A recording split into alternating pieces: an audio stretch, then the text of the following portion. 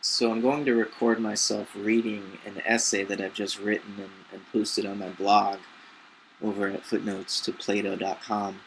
But not just for the hell of it, but because I think um, part of my argument depends on the fact that words need to be spoken in order to be conveyed, and so in order to be understood. That a written um,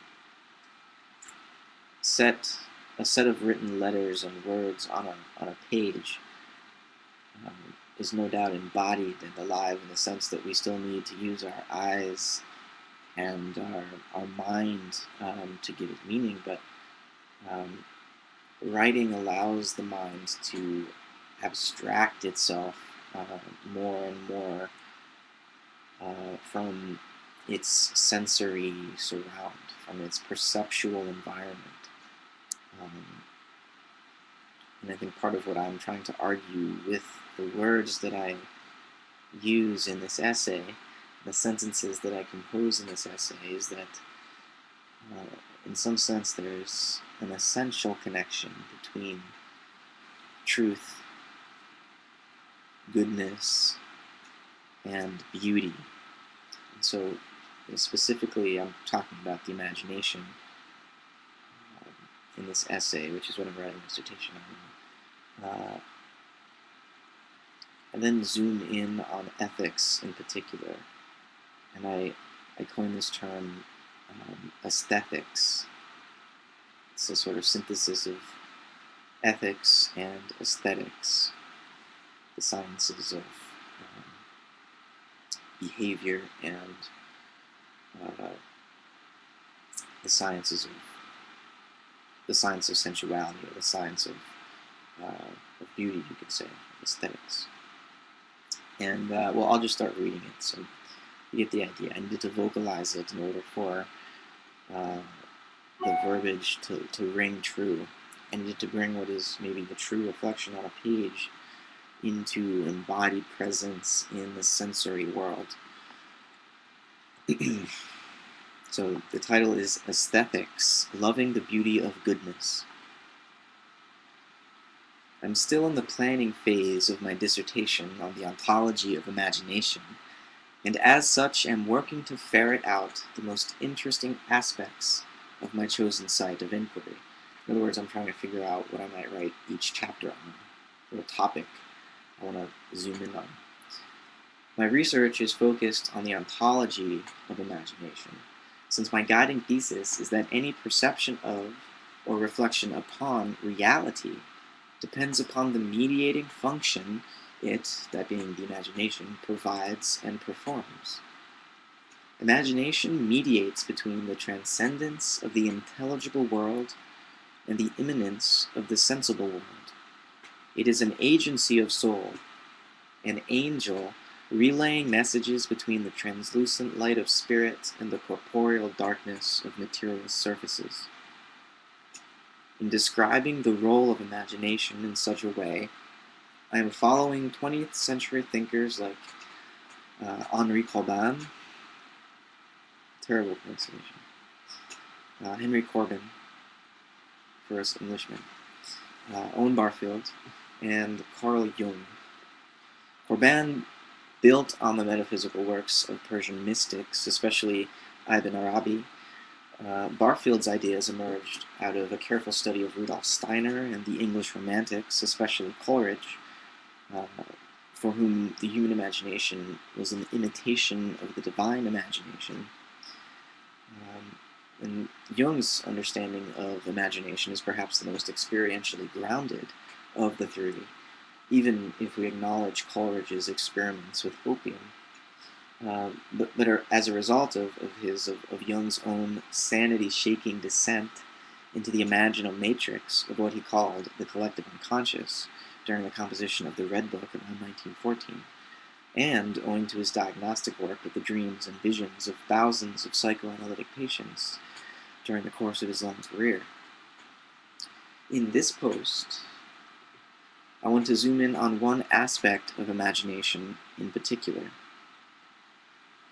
namely its relation to ethics. I want to begin to explore the ethical implications of imagination. I want to continue to explore the ethical implications of imagination, as I started to explore them in an earlier essay about the role of imagination in speculative philosophy. And I want to do so by contrasting an ethics of love based in moral imagination with Kant's more austere and aesthetic approach to morality based in laws of reason and the denial of desire. Kant provides what I think is an apt example of what becomes of post-Cartesian moral philosophy, that being philosophy that ignores the reality of imagination to mediate between mind and body, or the thinking substance and the extended substance. Kant provides an apt example of what happens to post-Cartesian moral philosophy, in that what happens is that it inevitably splits itself into the two equally matched and equally short-sighted positions of rationalism on the one hand and psychologism on the other. Kant took the former routes, rationalism, while thinkers like David Hume and Jeremy Bentham took the latter. Without a means of mediating between the freedom of the thinking mind and its instantiation by a feeling body, ethicists can only remain logically self-consistent by adopting either one or the other of the extremes of the dichotomy idealism versus emotivism, or in other words, rationalism and psychologism. Only a philosophy that appreciates the integrative role of imagination in all its construction and critique can heal the spiritual wound responsible for so drastically dividing the ethical philosophies of modern humanity. Though Kant certainly recognizes the power of imagination, calling it the most mysterious of the soul's faculties, he assigned it a merely epistemological rather than ontological, cosmological, or ethical role, as that which synthesizes the sensory manifold and connects percepts with their appropriate concepts. His morality was without imagination, built upon a belief in an individual's freedom to will that which reason dictates, and that alone. Only if the source of my actions transcends the images of my soul and the feelings of my body, be they pleasurable or painful, are they to be considered immoral. An action is moral only if I am able, in good conscience, to consider it a universal law applicable to everyone, everywhere, everywhere, every time.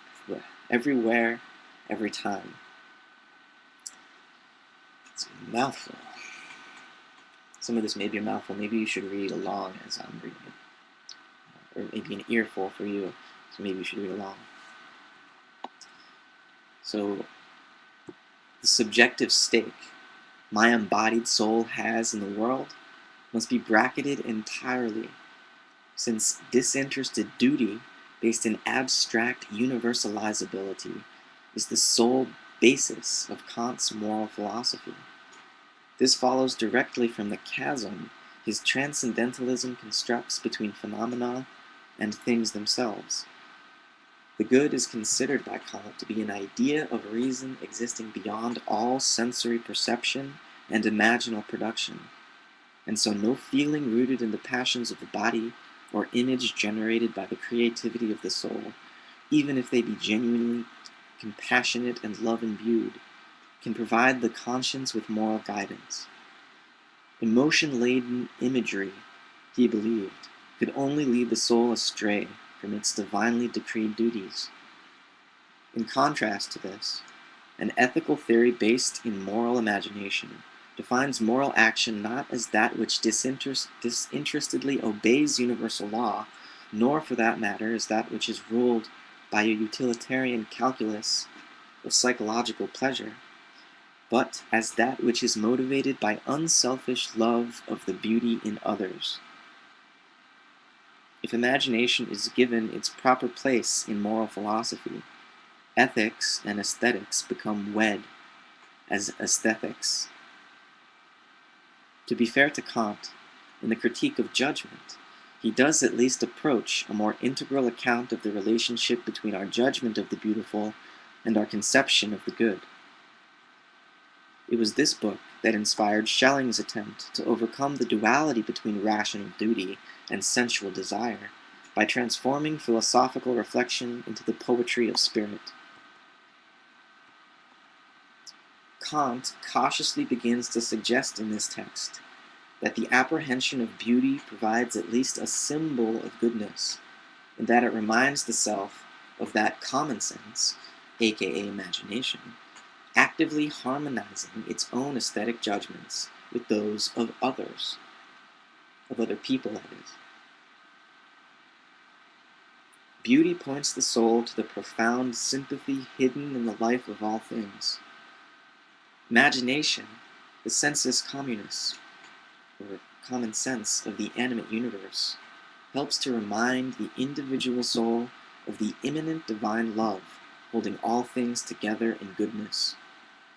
The ancients knew this love as the world soul. Following Corbin, I would call it the mundus imaginalis. Moral imagination allows the self to place itself in the position, body and soul, of others, and indeed of all others. In other words, a redeemed imagination can identify with any part of the universe, and also with the whole universe. It does so through the power of love. Nonetheless, the nature of this mysterious power, and of its proper organ of perception production, was in the end deemed unknowable by Kant. He was finally forced to construe the genius of his last critique as productive of merely regulative principles of judgment, rather than constitutive aspects of reality. Unlike Schelling, Kant could not accept that art is the only true and eternal organon and document of philosophy. Kantian philosophy remains enclosed within the circularity of self-consciousness and the dizzying dialectic of the transcendental deconstruction of all experience. So long as Kant's thoughts remain the limit of thought, I cannot fully love another person because I cannot truly know them, or better, because I cannot truly know with them, by way of imagination, our common sense. Aesthetics is a moral philosophy openly informed by the truth of imagination. It posits the love of beauty as the origin and shepherd of the good. True knowledge is understood to be entirely dependent on the feeling of the beautiful and the willing of the good. Truth is enacted, not merely reflected. As Coleridge put it in his Biographia Literaria, speaking in this case specifically of Jakob Böhme's thought, only an imaginative philosophy succeeds in, quote, keeping alive the heart in the head, and, I might add, the art. All the products of the merely reflective faculty, Coleridge goes on to say, quote, partake of death, and are as the rattling twigs and sprays in winter, into which the sap is yet to be propelled from some root to which I have not yet penetrated. Ethical theory and practice must draw their sap from this root, or continue to suffer the downward spiral into nihilism of so much modern moral philosophy. The most philosophy can provide in regard to the good life without the rigorous cultivation of imagination is but a system of consistent maxims or a series of laudable sentiments. Without full participation, body and soul, in the communist census, moral thought and moral action dissolve into the thin air of solipsism, and aesthetics remain impossible. So yeah, a link will be in the description to this particular essay. Thanks for listening.